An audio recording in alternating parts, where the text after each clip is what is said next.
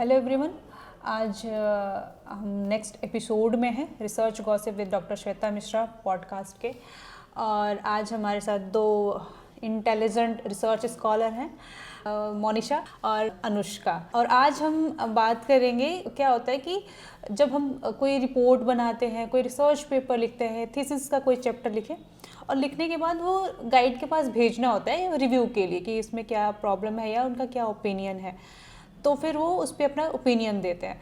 तो जो सुपरवाइज़र का मेल आता है, ठीक है, किसी भी चीज़ पे, उस पर किस तरीके का रिएक्शन होता है या किस तरीके का वो जो मिस्टीरियस मेल आता है क्या महसूस होता है वो मेल आने के बाद? एक रिसर्च पेपर लिखा था तो उनको लिया था चेक करने के लिए।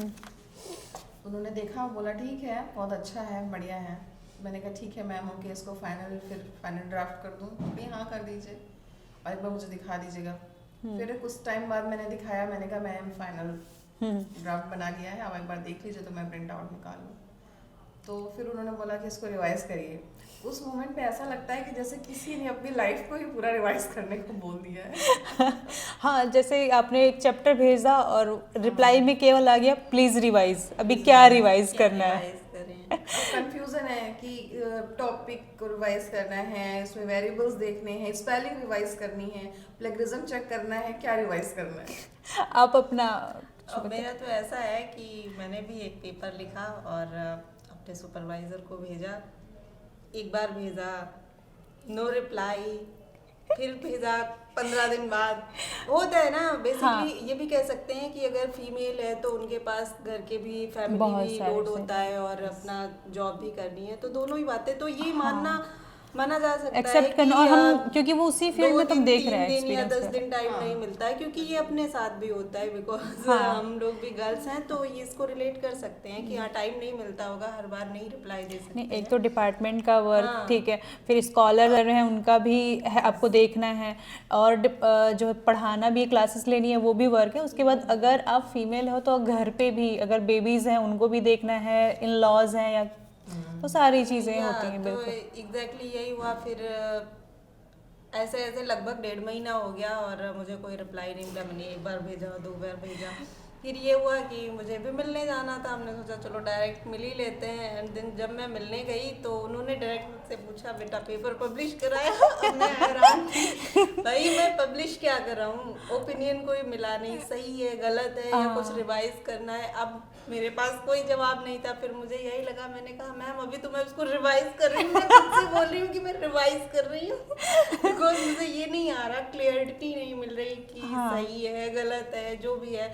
ये भी होता है ना कि भाई एक सुपरवाइज अगर आपसे कोई सीनियर अगर उसको रिव्यू नहीं करता है तो फिर उसके बिना, अब जैसे मान लीजिए आपने कोई भेजा अपने सुपरवाइजर को और उस पर कोई रिप्लाई नहीं दे रहे, अच्छा बुरा जो भी है, कैसा भी है, अगर कोई रिप्लाई नहीं दे रहे तो एक डाउट आता है ना कि कैसा भी है, सही है या गलत है, जो भी है। तो फिर मेरा ये रिप्लाई कि मैं तो अब खुद से रिवाइज कर रही हूँ कि मैं खुद ही देख रही हूँ मैम, मैं खुद ही देख रही हूँ, फिर भेजूंगी आपको। नहीं, एक्चुअली ये भी रहता है ना कि कहीं इतना तो बुरा नहीं है कि उन्होंने सोचा कि क्या लिख दिया है, मैं रिप्लाई की जरूरत ही नहीं लगी। मुझे भी यही लगा कि कहीं ऐसा तो नहीं है कि मतलब कि रिप्लाई देने लायक ही नहीं है, एकदम टोटली इग्नोर करने वाला है कि ना तो आपको हाँ दे रहे हैं, क्योंकि भी लर्निंग फेज में है तो बहुत सारे कंफ्यूजन्स तो माइंड में रहते हैं। मेरी एक फ्रेंड है, इसी से मुझे एक इंसिडेंस याद आया कि मेरी एक फ्रेंड है गोरखपुर यूनिवर्सिटी से पीएचडी कर रही है। तो अभी लास्ट कुछ मंथ पहले दिसंबर में, उसका लास्ट ईयर दिसंबर में सबमिशन था और आज ये नेक्स्ट ईयर दिसंबर आ गया है।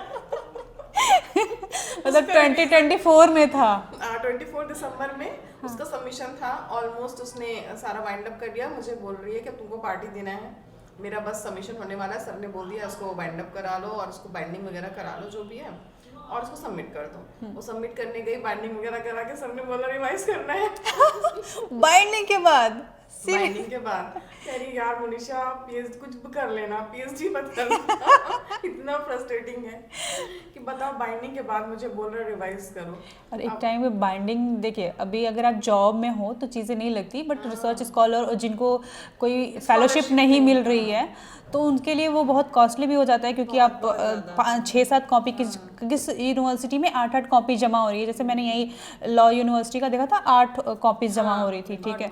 हाँ, तो जमा होती है, तो वो एक कॉपी आपकी अच्छी खासी पड़ती है, तो 9-10 हज़ार आपको बाइंडिंग में लग जाते हैं। इस बार फाइनली मुझे कॉल करके बोल रही है रिवीजन करते करते अब फाइनली मेरा सबमिट हो गया। मैं कहा थैंक गॉड हो गया। नहीं होता है, जैसे हमारे एक सर हैं तो बीएड में उन्होंने मुझे पढ़ाया है, तब कर रहे थे पीएचडी जब मैं बीएड कर रही थी। हाँ। अभी मैं पीएचडी कर रही हूँ, अभी तक उनकी थीसिस सबमिट नहीं हुई। मैं जब भी उनसे पूछती हूँ सर अभी आपको अवार्ड नहीं हुई पीएचडी, वो बोलते हैं 1-2 साल हो गया, तब से वो यही बोल रहे हैं सर को दिया है वो पढ़ रहे हैं, सर को दिया है वो पढ़ रहे हैं। तो मैं हमेशा पूछती हूँ भाई कब तक पढ़ेंगे, कब आपको?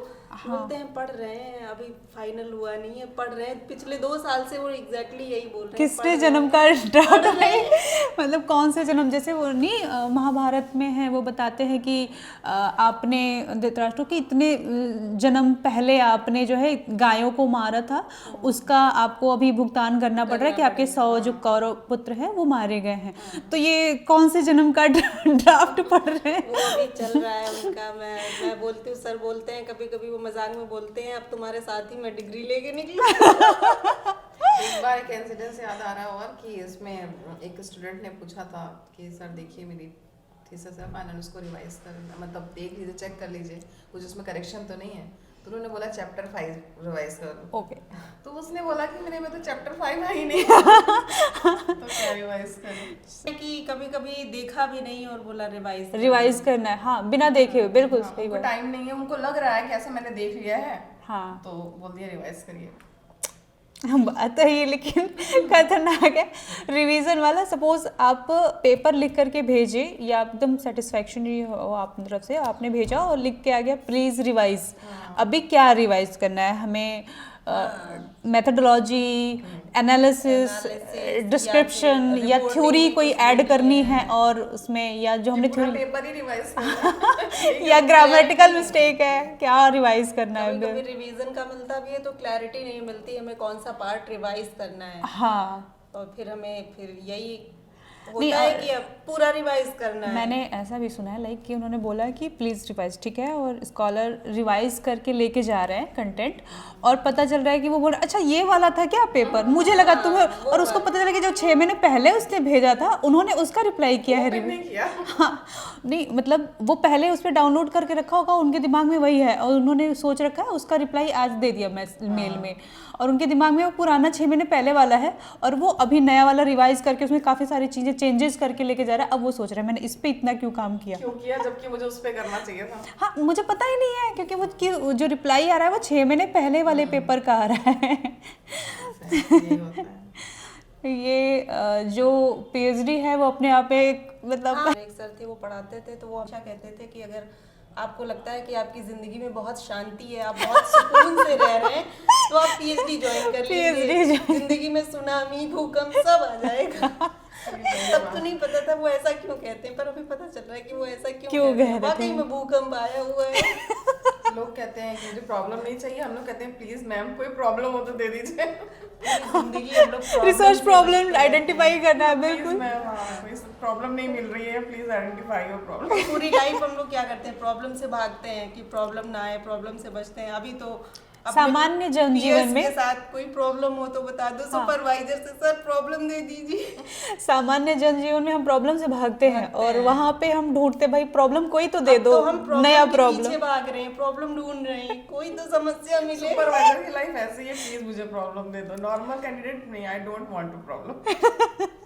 नहीं एक्चुअली और है लाइक ना कि प्रॉब्लम भी ऐसी चाहिए जिसको आप सॉल्व कर सके। बहुत सारी लिमिटेशंस है, बजट की, टाइम की, ठीक है, मैन पावर की, ठीक है, तो ये लिमिटेशंस के साथ में फिर आपको वर्क करना है। तो प्रॉब्लम भी ऐसी चाहिए जिसको सॉल्व करने के लिए हमारे पास। दूसरा फीमेल्स के साथ थोड़ा ये भी होता है कि मान लीजिए हम कोई ऐसी प्रॉब्लम ले लें कि हमें जाना पड़ जाए, कि बंगाल जाना पड़ जाए हमें अपनी पॉपुलेशन के लिए, तो हम वैसा भी नहीं ले सकते क्योंकि हमारे साथ बहुत सारी, अब अगर हमें जाना है तो हमारी फैमिली से किसी को साथ जाना पड़ेगा सपोर्ट करने के लिए।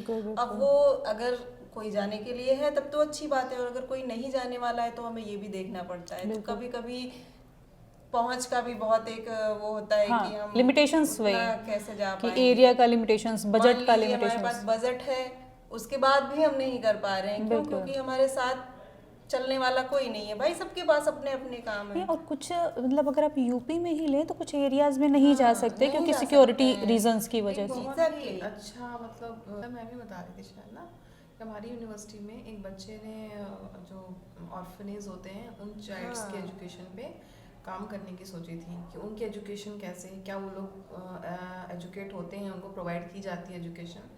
तो काफ़ी सारे ऐसे डार्क सीक्रेट्स निकल के आए जिनको हम रिवील नहीं कर सकते थे, बिल्कुल। और प्लस सिक्योरिटी का भी काफ़ी इशू था। तो वो डाटा हम लोगों को मतलब हाइड करना पड़ा यूनिवर्सिटी को कि मतलब ये चीज़ें नहीं आप लेके जाइए बाहर, जो नॉर्मल बहुत चीज़ें सारे सेंसिटिव हाँ बहुत शॉकिंग विमेंस को लेकर के तो बहुत सारे डेटा जो होते हैं वो सेंसिटिव हैं। डोमेस्टिक वायलेंस से रिलेटेड बहुत सारी चीज़ें, मान लीजिए कोई बहुत रेपुटेड फैमिली का केस है, ठीक है, और कोई इस पर काम करने की कोशिश करे। पेपर में भी निकला था कि एक अलीगंज में है, मैं नाम नहीं लेना चाहूँगी, ऑर्फनेज है, तो वहाँ पे उसके वॉशरूम के पीछे की ग्रिल को तोड़ के लड़कियाँ वहाँ से भाग गई थी। हाँ, ऐसा केस सुनने में आया था। तो उसी पे मतलब हो रहा था रिसर्च वगैरह, तो एजुकेशन पे कि वहाँ पे ट्यूटर आते हैं कि नहीं, बच्चों को पढ़ाना है तो क्या फैसिलिटी दी गई है, प्रोवाइड कराई गई है यहाँ पे। तो ऐसे टॉपिक से हम लोग को बचना पड़ता है क्योंकि हमारे पास भी बहुत सारी लाइबिलिटीज़ हैं और फैमिली रिस्पॉन्सिबिलिटीज़ हैं, और कुछ हमारे सोशल नॉर्म्स और एथिकल जो रिसर्च एथिक्स हम लोगों को बताया गया है कि कुछ चीज़ें नहीं हम लोगों को रिवील करनी प्राइवेसी चाहिए, की वजह से भी बिना उनकी सेंसिटिव परमिशन के डेटा, हम हाँ, उनका सेंसिटिव डेटा नहीं रिवील कर सकते। नहीं लीक कर सकते हम लोग। तो काफ़ी सारे इश्यूज को देखते हुए फिर हमें प्रॉब्लम को फिर ये भी है ना select कि करना अगर चाहिए। वो गर्ल भले ही ऑर्फनेज से है बट एक आगे जाके उसको शादी करनी होगी, ठीक है, हाँ, उसको फैमिली, और अगर उसकी पर्सनल चीज़ें जो उसके साथ में मिसबिहेव हुआ है वो अगर पब्लिकली आ जाता है तो उसके लिए फिर लाइफ टाइम के लिए वो एक बड़ा थ्रेट हो जाएगा। और दूसरी बात ये भी है ना कि जो बहुत सारे बच्चे ऑर्फनेज में जाते हैं, फिर एक ये होगा ना कि एक की वजह से फिर सब पे वही चीजें हाँ, आएंगी, उसी तरीके तो से लोग criticize orphanage करना में रखने के लिए भी लोग डरेंगे, बच्चे भी रहने में डरेंगे। तो कुछ इस ऑर्फनेज में वजह तो से वही भी बच्चे रहते हैं जो मजबूरी में मजबूरी हैं। में होते हैं, एग्जैक्टली, जो मजबूरी उनका में कोई होते है हैं। नहीं, कोई वो नहीं पूरी है। तरह से डिपेंडेंट है उन बिल्कुल लोगों पे। बिल्कुल। है एक भी जगह मैंने एक जगह ऑर्फनेज विजिट करा था तो वहाँ पे वो सिक चाइल्ड्स के लिए था जो किसी तरीके से बीमार है, चाहे वो हेल्थ है, कोई पैरालाइज है या कुछ है। तो वहाँ पे या मतलब ये है कि कुछ दिन में उसकी डेथ हो जाने वाली है बट अभी फिजिकली बिल्कुल उसको सपोर्ट की ज़रूरत है। तो वहाँ पे ऐसा नहीं था कि कई सारे ऐसे थे जो कि उनके पेरेंट्स थे बट उनकी पेरेंट्स उनकी टेक केयर नहीं करना चाहते थे कि वो उनको बर्डन लग रहे थे। तो उन्होंने बोला कि हम इतना पैसा आपको जो है डोनेट कर दे रहे हैं और इस बच्चे का आप ध्यान रखो, ऐसा था। हाँ, ऐसा होता है बिल्कुल। बहुत सारे ऐसे स्पेशल चाइल्ड होते हैं कि पेरेंट्स उनको नहीं अफोर्ड कर सकते हैं, ऐसे बहुत लोअर क्लास के मतलब फाइनेंशियल नहीं इतना वो कर सकते हैं अफोर्ड, तो वो ऑर्फनेज में डाल देते हैं। या पेरेंट्स ही नहीं है या अंकल के पास है, रिलेटिव्स के पास है, पेरेंट्स एक्सपायर हो गए तो उस केस में भी डाल देते हैं। मैंने क्या फील किया ना कि वो चाहते नहीं वहाँ के लोग, मतलब सबकी बात नहीं कर रही, कुछ ऐसी जगहें हैं जहाँ पे वो लोग नहीं चाहते कि हम लोग बहुत ज़्यादा उनकी इंटरनल पार्ट्स बहुत में ज्यादा इन्वॉल्व घुले हों। मिले या बाकी चीजें जाने, जो भी reason जैसे hide करने की कोशिश करते हैं। अभी कुछ न्यूज़ में आया, जैसे दिल्ली का आया और कई जगहों का आया कि इतनी नंबर ऑफ जो फीमेल्स हैं वो गायब हुई हैं, ठीक है। अब अगर वो किसी फैमिली से हैं, अच्छी फैमिली से हैं या फिर उनकी एजुकेशन है, वोटर आईडी है उनके पास, मतलब उनकी पहचान है, ठीक है, तब तो आइडेंटिफाई किया जा सकता है कि ये व्यक्ति मिसिंग है, ठीक है, इतने दिन से नहीं दिख रहा। बट जो ऑर्फनेज में है या फिर जो ऐसे बच्चे हैं जिनका कुछ ऐसा है ही नहीं, रिकॉर्ड नहीं है, हाँ, तो उनको उन्हें आप इलीगली कैसे हाँ कर सकते हैं, उनको आइडेंटिफाई कर ही नहीं सकते कर नहीं सकते, तो इलीगली उनको ट्रांसफर कहीं भी किया जा सकता है। कहीं भी कर सकते तो हैं, जाहिर सी और बात है कि ऐसी जगह खुलेआम कर सकते हैं, बिकॉज अब क्योंकि उनकी कोई आइडेंटिटी नहीं है, उनका कहीं कोई नाम नहीं है, तो आप उन्हें आइडेंटिफाई कर ही नहीं सकते, आप ये पता ही नहीं लगा सकते हैं कि यहाँ कितने थे और कितने गए और कितने मतलब जो नंबर ऑफ जो अभी है कि इतने गायब हुए हैं बच्चे या फीमेल जो है उनका बहुत ज़्यादा इंक्रीज हो जाएगा अगर वो सामने आता है। तो बिल्कुल, तो जाहिर सी बात है वो दूर रहना चाहेंगे आप किसी भी व्यक्ति से जो बाहर से आ रहा है, चाहे वो एजुकेट करने आए, चाहे वो उनकी स्टोरी कवर करने आए, कुछ भी करने आए।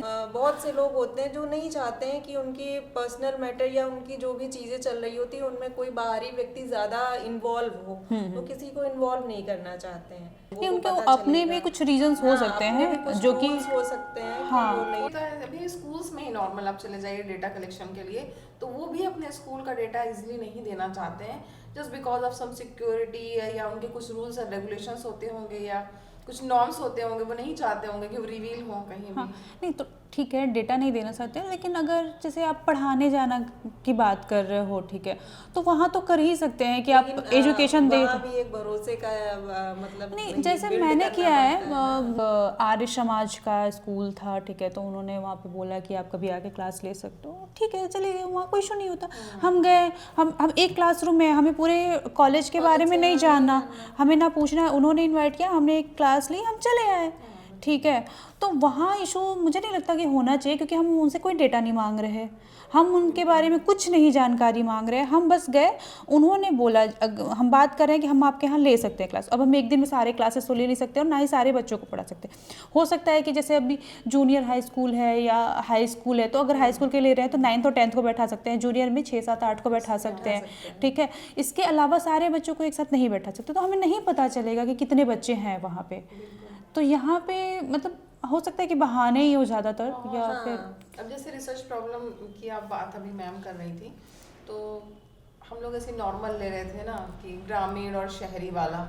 स्टार्टिंग में जब नया बिल्कुल फेज इनिशियल स्टेज था हम लोग का, फर्स्ट एंड सेकेंड डे था, तो टीचर्स आए, प्रोफेसर्स आए, बताइए ये बहुत हो गया तुम लोगों का ग्रामीण और शहरी में कंपैरिजन, गर्ल्स एंड बॉयज़ में कंपैरिजन, कुछ नया टॉपिक लो, बर्निंग लो।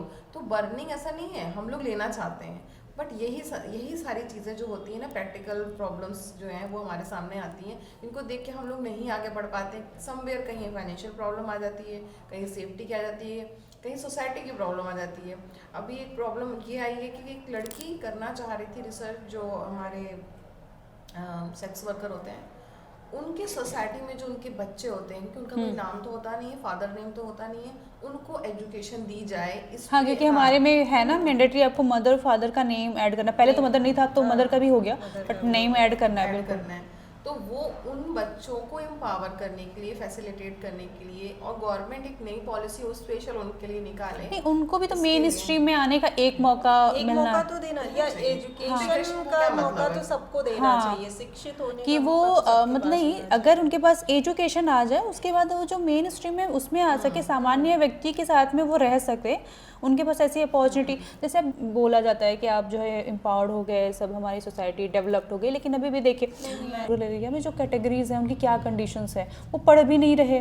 मैं ना अभी सिर्फ कहने के लिए रह गया। जैसे हम लोग अभी अगर कोई रिसर्च टॉपिक लेके जाओ या कुछ भी, तो बहुत सारे मुद्दे उठते हैं कि अब ग्रामीण और शहरी लोगों में कोई अंतर नहीं रह गया, अब मेल फीमेल में कोई अंतर, पर ऐसा नहीं है, बहुत अंतर है। जैसे मैं एक बहुत छोटे से गाँव से आती हूँ, तो वहाँ पे मैंने देखा है, वहाँ पर बहुत सारा डिस्क्रिमिनेशन है। अभी भी जो लोग ये बात करते हैं कि ये बिल्कुल नहीं रह गया, ये बेकार है, मुझे लगता है कि उन्हें जाना चाहिए। शायद 50 साल हो गए होंगे जब वो ऐसी जगह नहीं गए, वो ऐसे लोगों से नहीं।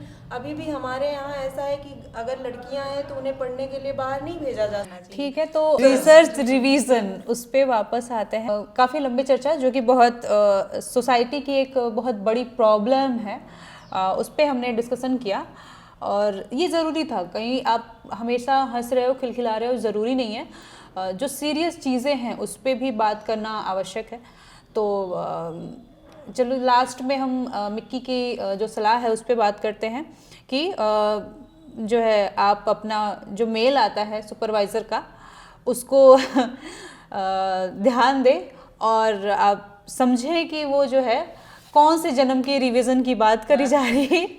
आप सभी स्कॉलर अपने भी कुछ कमेंट में सजेशन दीजिएगा या बताइएगा अपने अपने एक्सपीरियंस कि आपको कैसा लगा जब आपके सुपरवाइजर ने बोला कि ये चैप्टर या ये थीसिस को रिवाइज करके आई है। रिवाइज कीजिए बिल्कुल। और साथ में अब अगर कोई ऐसा टॉपिक आपको लगता है जिस पे हमें पॉडकास्ट नेक्स्ट करना चाहिए तो बिल्कुल बताइएगा, हम उस पर नेक्स्ट पॉडकास्ट रखेंगे पीएचडी का। और अगर किसी टॉपिक पे आपको लगता है कि इस टॉपिक पे डिस्कशन होना चाहिए, लाइक रिसर्च प्रॉब्लम में या कुछ भी आपको आइडेंटिफाई करने में प्रॉब्लम आ रही है, तो हम लोग बहुत प्रॉब्लम पे डिस्कशन कर रहे हैं और आगे भी करते रहे। बिल्कुल हमें भी तो थैंक यू so आपको, much, thank you so much. और आप लोगों को भी बहुत बहुत धन्यवाद हमसे जुड़े रहने के लिए।